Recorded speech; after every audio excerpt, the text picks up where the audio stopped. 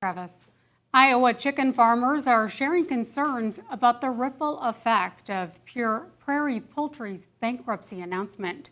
Last month, the company shared its plans to shut down the Charles City plant, which may have lasting impacts on the state's industry.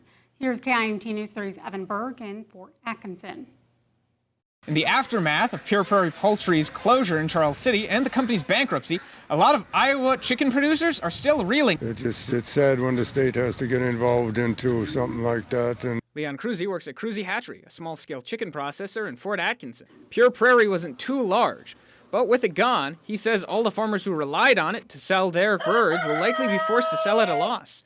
Which it is going to affect the market next year on that, and a lot of people will have freezers full of birds. I tracked down Jeremy Schmidt, a sales and operations planner at Pure Prairie Poultry, to find out where all these financial woes started. In April, I started seeing some financial difficulties, whether it was they were running birds out of feed at barns for up to 3 days.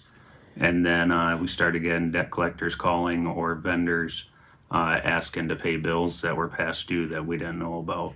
With the plant's closure, 180 staff members were left unemployed on October 2nd. Without any money left for feed, the Iowa Department of Agriculture stepped in to take care of the plant's 1.3 million chickens. The only reason that it came up with the executives is because we contacted PETA and let them know that we were running, I think it was 18 barns at that time without feed, and that was on a Monday. And by that Friday, it would have been about 38 barns. The Iowa Department of Agriculture wasn't able to find a new home for the birds and had to put them down, a waste which Cruzy said could be quite a setback for producers involved. Could have fed hungry people and food pantries and what and God knows what all.